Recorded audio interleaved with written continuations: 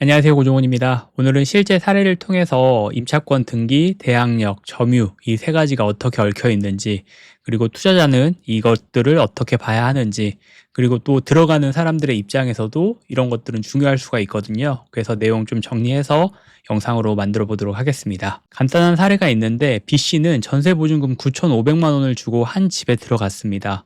우리 혹시 모르니까 보증보험도 가입을 하잖아요. 대부분의 사람들이 보증보험이라는 걸 가입을 합니다. 9,500만 원은 큰돈이기도 하고 전세 사기 뭐 이런 이야기들도 있었기 때문에 보증보험은 거의 100% 필수적으로 든다라고 생각하시면 돼요. 그리고 2년 후에 계약이 끝나고 집 주인이 보증금을 돌려주면 아무 문제가 되지 않지만 집주인은 보증금을 안 돌려줬고 B씨는 보증보험사에 보험금을 청구해서 돈을 받습니다. 그리고 새로운 집을 구해서 이사를 가게 된 거죠. 그 후에 임차권 등기를 신청해서 등기까지 맞춰 놓은 상황입니다.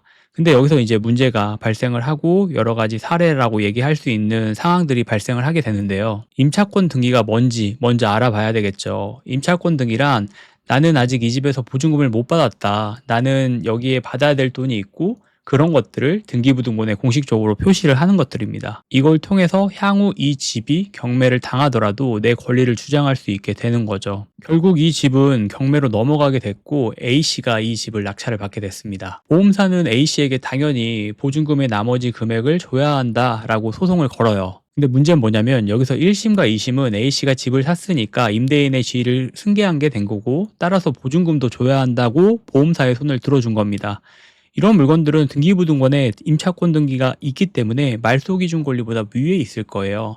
그럼 우리가 경매를 공부해 보신 분들도 알겠지만 이런 물건들은 대항력이 있는 물건입니다. 근데 이 낙찰을 받았던 A씨가 대법원까지 가서 판결을 받아보고 싶다라고 했는데 대법원의 반전 판결이 난 겁니다. 대법원에서는 잠깐 이건 아니다라고 하면서 상황을 뒤집어 버립니다. 이유는 딱 하나인데요.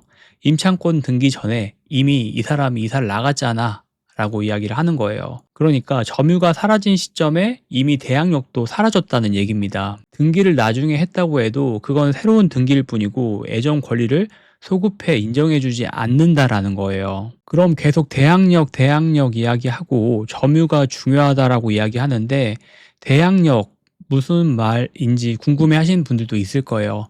한국말은 굉장히 쉽기 때문에 말뜻 그대로입니다. 대항할, 그리고 힘 역자를 써서 대항할 수 있는 힘이에요.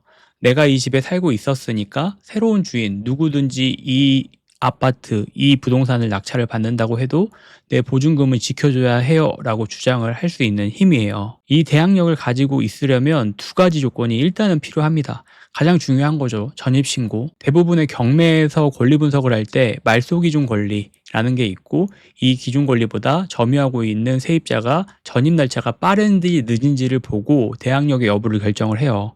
그리고 두 번째는 점유입니다. 실제로 살고 있어야 합니다. 이거 관련해서 정말 여러 가지 사항들이 많은데 대항력이 없다고 해도 내가 이 집을 낙찰을 받고 내가 이 집이 돼서 강제 집행을 하려고 하는데 여기 안에 있는 사람이 이사비를 명목으로 거의 대부분 여기 안에 살고 있다고 주장하는 경우들도 있어요.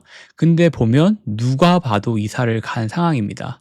근데 집주인이랑 연락을 하고 이야기를 좀 해보니까 이사비 때문에 거의 대부분 내가 여기 살고 있다고 점유를 주장하는 경우들이 있거든요. 그래서 실제 협상을 끝내고 문을 따보면 소파 같은 거 하나 있습니다. 아, 여기 빈 집에 소파 같은 거 하나 있고 누가 봐도 살고 있지 않는데 나는 여기 살고 있다고 주장을 하는 거죠. 대항력이 없어도 그 집에 사람이 살고 있지 않는다라고 해도 우리가 내 집이라고 해서 문을 따고 들어갈 수가 없어요. 그건 불법 침입이 될 수가 있고 그렇기 때문에 또 이걸 악용을 해서 살고 있는 점유자들은 이사비를 달라고도 이야기합니다. 하지만 대항력 없는 상황 같은 경우는 강제 집행을 통해서 이런 부분들을 해결할 수가 있어요. 하지만 대항력이 있는 사람들은 개인 소송이나 개인 절차를 통해서 진행을 해야 되기 때문에 시간이 오래 걸릴 수 있다고 얘기를 드리는 겁니다. 근데 이 사례 같은 경우는 조금은 다르죠. 아까 제가 얘기했던 것들은 대항력이 없는 상황이고 이 물건 같은 경우는 대항력이 있는 상황이지만 이사를 먼저 했고 점유는 소멸이 됐고 그렇다고 하면 대법원에서는 대항력이 소멸됐다고 얘기를 하는 거예요. 결과적으로는 낙찰자가 보증금을 줄 의무가 없게 된 겁니다. 이건 굉장히 좀 이례적이고 뉴스나 신문이나 기사에도 많이 나온 이야기입니다. 그래서 일단은 들어가는 사람들, 세입자 입장에서 이야기를 해보면 내가 만약에 이 집을 보증금을 못 받게 되면 문제가 생길 수 있잖아요. 그래서 임차권 등기를 하고 나갈 수는 있는데 내가 점유를 주장할 수 있는 것들이 좀 있어야 됩니다. 이사를 갔다라고 해서 그냥 끝나는 게 아니라 대부분 뭐 보증보험을 들어 놓겠지만 보증보험을 들어 놓지 않고 내가 개인이 해결하겠다라고 하면 점유를 주장할 수 있는 무언가 상황이나 어떤 조건들이 충족이 돼야 된다는 거죠. 그리고 우리는 투자자이기 때문에 투자자 입장에서 또 이제 이런 몇 가지 사례들이 나왔다고 해서 대항력이 있지만 어차피 사례들을 통해서 이런 금액들은 받아갈 수 없다라고 하는 거니까 내가 들어가서 싸게 사면 되겠네라고 생각할 수는 있지만 이게 되게 애매한 거예요. 실제로 그 집에 사람이 살고 있는지, 실제로 점유하고 있는지 이런 것들을 확인할 수 있어야 되는데 확인하는 게 쉽지가 않습니다. 내가 가서 문을 열어보고 벨을 눌러보고 그리고 안에 있는 사람을 만나보고 옆집, 윗집, 아랫집 사람들을 만나봐야 되는데 대부분의 사람들은 경매 임장 가서 벨도 못 눌러보잖아요. 근데 이런 물건들은 난이도가 있는 물건들임에도 불구하고 싸게 살 수 있다라는 이야기들만 듣고 입찰을 또 하시려고 하시는 분들이 있어요. 싸게 살 수 있다는 건 경매에서도 난이도가 굉장히 높다는 겁니다. 그래서 이런 것들을 잘 체크를 해보고 알아볼 수 있어야 됩니다. 내가 경험이 있고 여러 가지 지식들이 있다면 이런 것들로 해서 큰 돈을 벌 수도 있어요. 하지만 내가 지금 막 시작하고 내가 아직 경매에 대한 경험이 한 번도 없는 상황에서 이런 물건들을 접근한다?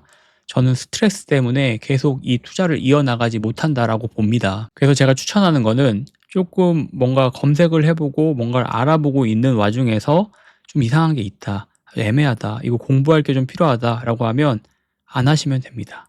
저는 패스하라고 얘기해요. 쉬운 투자들로도 충분히 돈을 벌 수 있고 내가 이해할 수 있는 투자를 해야 오래 지속할 수가 있습니다. 기본적인 뭐 권리 분석은 할 수는 있어야 되겠죠. 근데 제가 항상 이야기하는 건 권리 분석은 3초 안에 끝내면 됩니다. 물어줄 돈이 있다 없다? 물어줄 돈이 없는 물건들만 하면 되고 이 물건들이 물건 100개가 나온다라고 하면 80개의 물건이 요런 상황이에요. 물어줄 거에 없는 물건들이.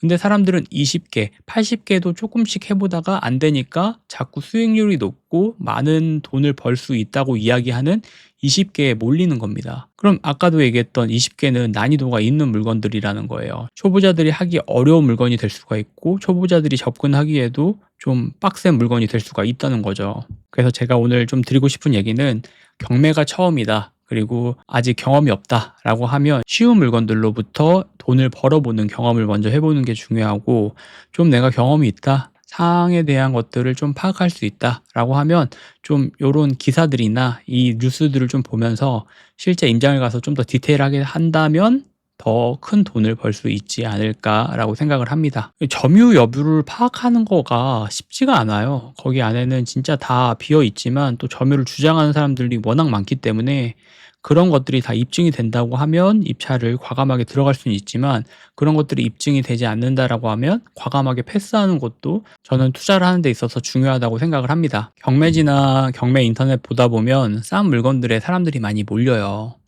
왜냐하면 관심이 있죠. 싸게 사면 좋다라고 하니까. 예를 들어서 내가 물어줄 돈이 3억인데 2천만 원에 낙찰 받으면 좋은 게 아닐 수 있겠죠.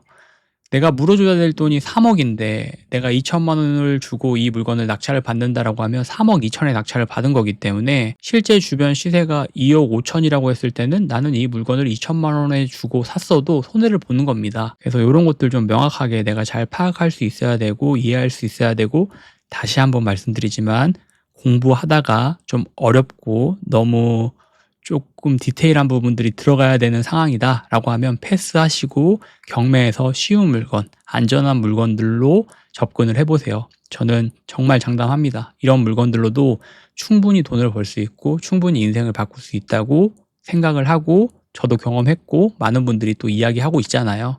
그러니까 한번 믿어보시고 쉬운 경매, 이해하기 어렵지 않은 경매 이런 것들로 꼭 돈을 많이 벌어 보셨으면 좋겠습니다. 오늘도 임차권 등기, 대항력, 점유 여부 이런 것들 이야기 해봤는데 계속 이런 이야기들도 한번 해볼 테니까 영상 보시고 도움 되시면 좋아요, 구독도 많이 눌러주시고 오늘도 긴 영상 봐주셔서 감사하고 내일 또 좋은 영상으로 경매 이야기로 돌아오도록 하겠습니다.